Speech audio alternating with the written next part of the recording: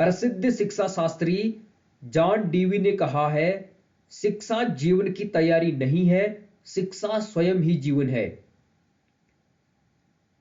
नमस्कार दोस्तों, आज के इस अंक में मैं लेकर आया हूं राजनीति विज्ञान एनसीईआरटी कक्षा 12वीं से संबंधित स्वतंत्र भारत में राजनीति नामक पुस्तक से संबंधित परीक्षा उपयोगी महत्वपूर्ण क्वेश्चन आंसर की एक बेहतरीन सीरीज।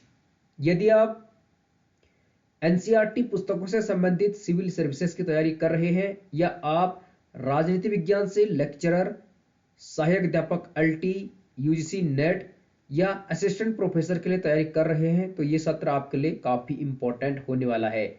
इसके अतिरिक्त यदि आप कक्षा 11वीं या 12वीं की छात्र या छात्राएं हैं और ऑनलाइन अपनी स्टडी को जारी रखना चाहते हैं तो ये सत्र आपके लिए काफी महत्वपूर्ण और लाभदायक सिद्ध होने वाला है। इसलिए आप सत्र को धैर्यपूर्वक अंत तक अवश्य वॉच कीजिएगा। चलो प्रारंभ करते हैं आज की इस बेहतरीन सीरीज को।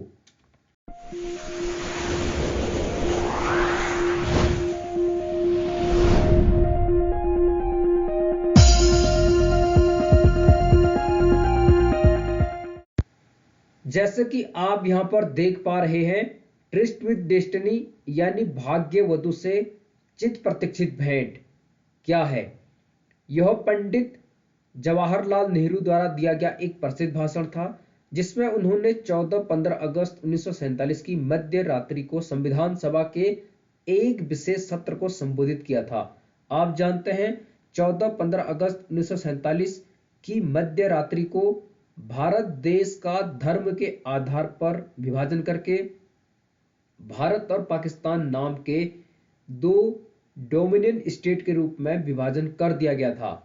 और आप यह भी जानते हैं कि भारत की स्वतंत्रता यानी आजादी से पूर्व ही भारत में संविधान का निर्माण कार्य शुरू हो चुका था और 9 दिसंबर 1946 को संविधान सभा की पहली बैठक हुई थी और 2 वर्ष 11 माह 18 दिन के उपरांत 26 नवंबर 1949 को संविधान बनकर तैयार हुआ। तो स्वतंत्रता हमें जिस दिन मिली उस समय भी संविधान सभा अस्तित्व में थी, संविधान का कार्य गतिमान था।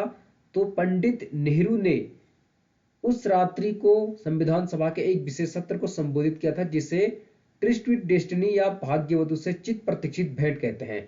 और इसे भाग्यवधु से चित प्रतीक्षित भेंट इसलिए कहते हैं क्योंकि हमें इस भाग्य की प्राप्ति लंबे समय के उपरांत हुई थी, यानी हम उस शुभ दिन का काफी लंबे समय से इंतजार कर रहे थे, प्रतीक्षा कर रहे थे कि वह भाग्य हमें किस दिन मिलेगा जब हम आजादी प्राप्त करेंगे, स्वतंत्रता प्राप्त करेंगे। इसलिए इसे ट्रिस्ट विद डेस्टिनी या भाग्यवधु से चित प्रतीक्षित भेंट कहा जाता है। तो ये आप ध्यान में रख लीजिए, कई बार यह प्रश्न पूछा जाता है। अगला प्रश्न जैसे कि आप यहां पर देख पा रहे हैं, एक कथन है यानी एक स्टेटमेंट है, कल हम अंग्रेजी राज की गुलामी से आजाद हो जाएंगे लेकिन आधी रात को भारत का बंटवारा भी होगा, इसलिए कल का दिन हमारे लिए खुशी का दिन होगा और गम का भी। यह कथन किसका है? तो यह कथन है महात्मा गांधी का। राष्ट्रपिता महात्मा गांधी ने यह स्टेटमेंट दिया था 14 अगस्त 1947 की मध्य रात्रि को। उस समय वह बंगाल में थे और उन्होंने कहा था कि आधी रात को भारत का बंटवारा भी होगा, इसलिए कल का जो दिन होगा वह एक तरफ हमारे लिए खुशी का दिन होगा क्योंकि हम स्वतंत्र हो जाएंगे और दूसरी तरफ गम का भी दिन होगा क्योंकि हमारा देश 2 भागों में विभक्त हो जाएगा, यानी हिंदू और मुस्लिम नाम के 2 देश अर्थात भारत और पाकिस्तान। तो यह कथन महात्मा गांधी का है जो उन्होंने 14 अगस्त 1947 की मध्य रात्रि को कहा था। तीसरा प्रश्न है, स्वतंत्र भारत के सम्मुख प्रमुख 3 चुनौतियां कौन सी थी? जब हमारा देश स्वतंत्र हुआ तो हमारे देश के सामने 3 महत्वपूर्ण चुनौतियां थी। वह कौन सी थी? तो पहली चुनौती थी एकता के सूत्र में बंधे एक ऐसे भारत को गढ़ने की जिसमें भारतीय समाज की सारी विविधताओं के लिए जगह हो। तो सबसे पहले एक अखंड भारत बनाने की एकता के सूत्र में बंधे एक ऐसे भारत को गढ़ने की चुनौती थी जिसमें भारतीय समाज की सारी विविधताओं के लिए जगह हो। आप जानते हैं भारत विविध धर्मों, संस्कृति, बोली, भाषा, रहन सहन, खान पान, विभिन्न प्रकार की जलवायु यानी तमाम विविधताओं से घिरा हुआ, सम्मानित किया हुआ एक देश है। इसलिए भारत के सम्मुख पहली चुनौती थी एकता के सूत्र में बंधे हुए भारत की, यानी सर्वधर्म समभाव, अर्थात हिंदू, मुस्लिम, सिख, ईसाई हम सब भाई भाई। इस प्रकार से एकता के सूत्र में बंधे हुए एक अखंड भारत को रचने की पहली चुनौती थी भारत के सम्मुख आजादी के दौरान। उसके बाद जो दूसरी चुनौती थी वह थी लोकतंत्र को कायम करने की। दुनिया के कई राजनीतिक विद्वान उस समय यह अनुमान लगा रहे थे कि भारत में लोकतंत्र स्थापित नहीं हो पाएगा, भारत का बाल्कनाइजेशन हो जाएगा, यानी भारत एक नहीं हो सकता, भारत टूट जाएगा। लेकिन उस समय जो चुनौती थी वह लोकतंत्र को कायम करने की थी और हमने एक संविधान बनाया और उसके उपरांत आप जानते हैं 7.5 दशक हो चुके हैं। हमारा देश का जो संविधान है वह सुचारू रूप से कार्य कर रहा है और हमारे देश में लोकतंत्र दिनों दिन फल फूल रहा है, यानी एक स्थिर लोकतंत्र हमारे देश में कायम है। तो दूसरी चुनौती थी लोकतंत्र को कायम करने की। और तीसरी चुनौती थी ऐसे विकास की जिसमें समूचे समाज का भला होता हो, ना कि किसी एक तबकों का।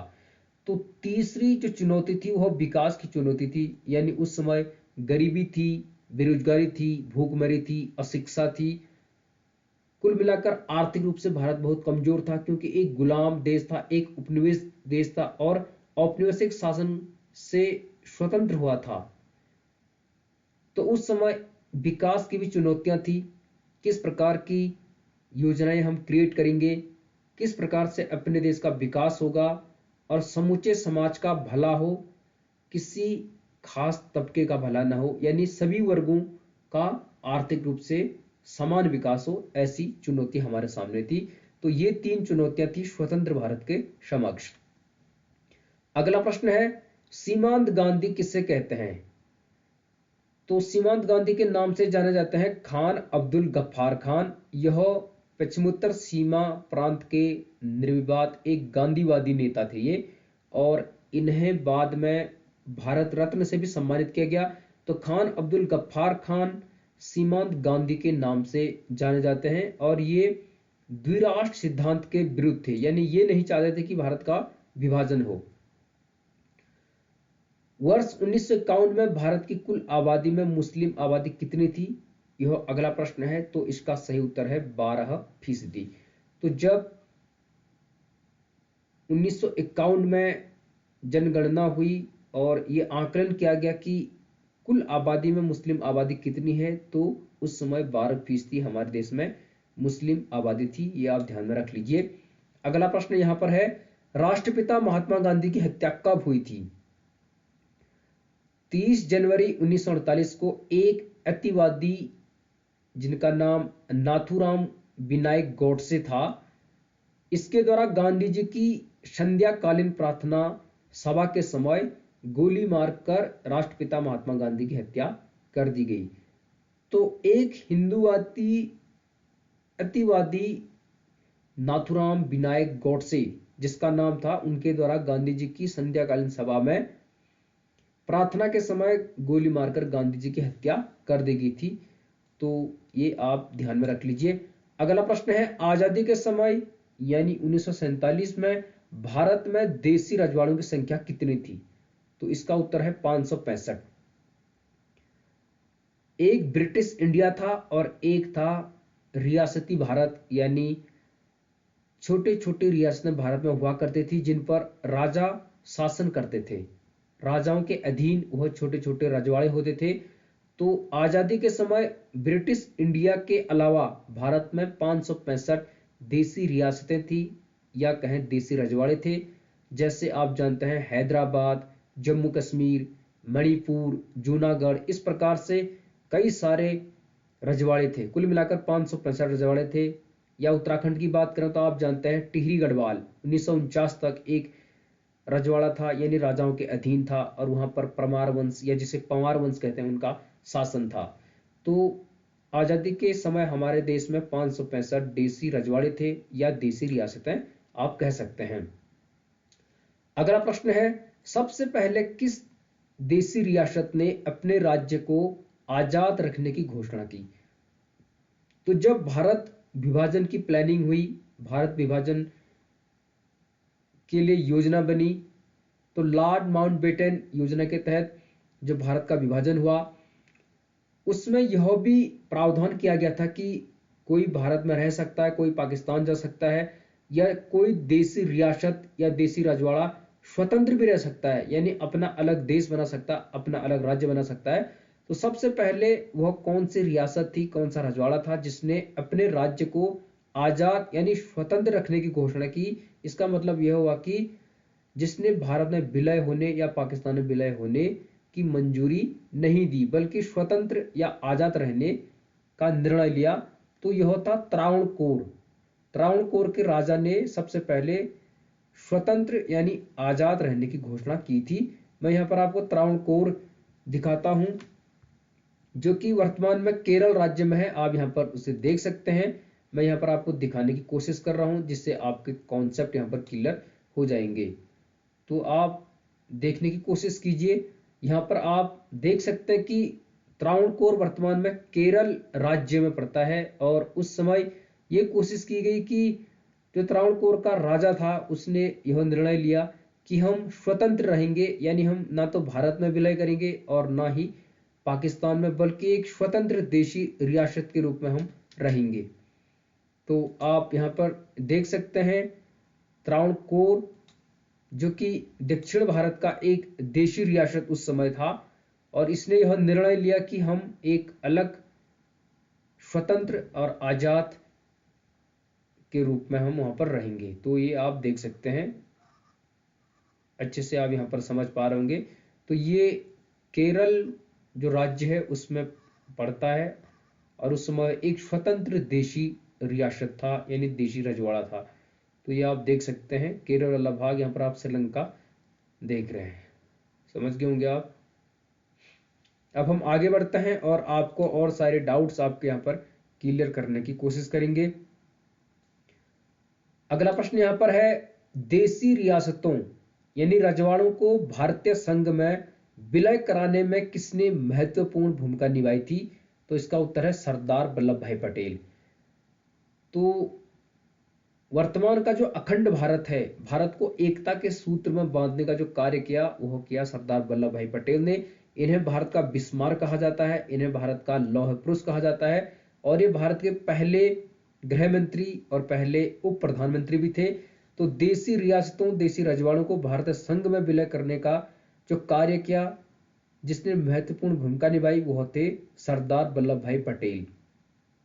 ठीक है, यानी जो 565 देसी रियासतें थी, देसी रजवाड़े थे, उन्हें कई तरीके से, कहीं पर सैन्य कार्रवाई के द्वारा, कहीं पर शांतिपूर्ण तरीके से समझा बुझाकर, वार्तालाप करके, चर्चा परिचर्चा करके भारत संघ में विलय किया, और एक अखंड भारत की नींव इन्होंने रखी। इसलिए इन्हें आयरन मैन ऑफ इंडिया कहा जाता है, या बिस्मार्क ऑफ इंडिया भी इन्हें कहते हैं।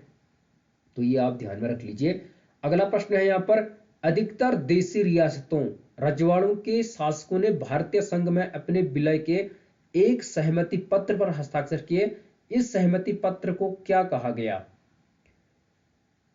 तो जो मैंने अभी बताया कि 565 देसी रियासतें थी या देसी रजवाड़े आप कह सकते हैं, उनके सम्मुख भारतीय संघ में विलय होने के लिए एक सहमति पत्र बनाया गया था। तो उस सहमति पत्र का नाम था इंस्ट्रूमेंट ऑफ एक्सेशन। तो अधिकतर देसी रियासतों के शासकों ने भारतीय संघ में अपने विलय के एक सहमति पत्र पर हस्ताक्षर किए। उस समय का आप एक प्रकार से एफिडेविट मान लीजिए, एक प्रकार से स्टाम्प पेपर मान लीजिए कि हम सहमत हैं और हम भारत संघ में स्वेच्छा से सोच समझकर विलय होना चाहते हैं। तो उन्हें हस्ताक्षर करने थे, यानी एग्रीमेंट देना था। तो इसे कहा गया इंस्ट्रूमेंट ऑफ एक्सेशन। तो ये भी आप ध्यान में रख लीजिए। अगला प्रश्न है, स्वतंत्र भारत के प्रथम गृह मंत्री और प्रथम उप प्रधानमंत्री कौन थे? तो आप जानते हैं सरदार वल्लभ भाई पटेल थे। इन्हें आयरन मैन ऑफ इंडिया या बिस्मार्क ऑफ इंडिया भी कहते हैं, और इन्होंने ही भारत को एकता के सूत्र में बांधा था। यानी देशी रियासतों के एकीकरण का कार्य इन्होंने किया था। अगला प्रश्न है, किन 4 देशी रियासतों या रजवाड़ों का भारत संघ में विलय करना कठिन हुआ था? कुल मिलाकर 565 देशी रियासतें थी, लेकिन ये 4 ऐसी थी जिनका भारत संघ में विलय करना काफी कठिन पड़ा। इनमें थे जूनागढ़, हैदराबाद, कश्मीर और मणिपुर। जूनागढ़, हैदराबाद, कश्मीर और मणिपुर ये 4 ऐसी देशी रियासतें थी जिनका भारत संघ में विलय करना काफी कठिन हुआ। जम्मू और कश्मीर समस्या का समाधान अभी भी कंप्लीट तरीके से नहीं हो पाया है। हैदराबाद में निजाम था जहां पर सैन्य कार्रवाई के माध्यम से इसका विलय भारत संघ में किया गया। मणिपुर, जूनागढ़, तो ये 4 ऐसी देशी रियासतें थी जिनका विलय भारत संघ में करना काफी कठिन था। हैदराबाद के शासक को क्या कहा जाता था? इसका उत्तर है निजाम। तो यह एक मुस्लिम शासक था जो कि हैदराबाद को एक स्वतंत्र रियासत रखना चाहता था, एक स्वतंत्र रजवाड़ा रखना चाहता था। तो सैन्य कार्रवाई के माध्यम से 1948 में, सितंबर के महीने में 1948 में इस रजवाड़े का, इस रियासत का भारत संघ में विलय कर दिया गया सैन्य कार्रवाई के माध्यम से। तो हैदराबाद रियासत का भारत संघ में विलय कब हुआ था? सितंबर 1948 में। यहाँ का जो शासक था, यहाँ का जो राजा था, उसे निजाम कहते थे। आज का आखिरी प्रश्न ये है, कुल 15 प्रश्न हम यहाँ पर हल कर रहे हैं।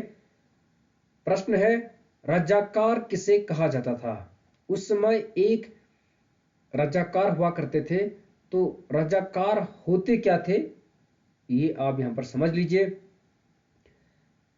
हैदराबाद रियासत के लोगों के बीच निजाम के शासन के खिलाफ एक आंदोलन शुरू हुआ। आप जानते हैं और अभी हम डिस्कस भी कर चुके हैं कि हैदराबाद जो रियासत थी, वहां का जो शासक था यानी वहां का जो राजा था, उसे निजाम कहते थे। तो हैदराबाद रियासत के लोगों के बीच निजाम के शासन के खिलाफ एक आंदोलन शुरू हुआ, जिसमें मुख्य रूप से तेलंगाना, जो कि आज तेलंगाना क्षेत्र है, इस इलाके के किसानों और महिलाओं ने निजाम के दमनकारी शासन का विरोध किया। तो यहां पर शासक मुस्लिम था और अधिकांश लोग हिंदू भी थे, मुस्लिम भी थे। तो निजाम की जो दमनकारी नीतियां थी, दमनकारी शासन था, उसके विरुद्ध इस क्षेत्र के किसानों और महिलाओं ने दमनकारी शासन का विरोध करना शुरू किया। और इस आंदोलन को देख निजाम ने लोगों के खिलाफ एक अर्धसैनिक बल रवाना किया। जब निजाम का विरोध वहां की महिलाओं ने, वहां के किसानों ने करना शुरू किया, तो निजाम ने उस आंदोलन को रोकने के लिए एक पैरामिलिट्री, आप कह सकते हैं, यानी अर्धसैनिक बल रवाना किया। इसे ही रजाकार कहा जाता था। तो रजाकार क्या था? तेलंगाना क्षेत्र में निजाम के क्रूर शासन यानी दमनकारी शासन के विरुद्ध किसानों और महिलाओं ने जो आंदोलन छेड़ा था, उसको दबाने के लिए, उसको कुचलने के लिए निजाम द्वारा गठित एक अर्धसैनिक बल था। इसे रजाकार कहा जाता था। रजाकार अव्वल दर्जे के सांप्रदायिक और अत्याचारी थे। तो ये सांप्रदायिक थे, यानी इसमें अधिकांश लोग मुस्लिम थे, और ये अत्याचारी थे। रजाकारों ने गैर मुसलमानों को खास तौर पर अपना निशाना बनाया।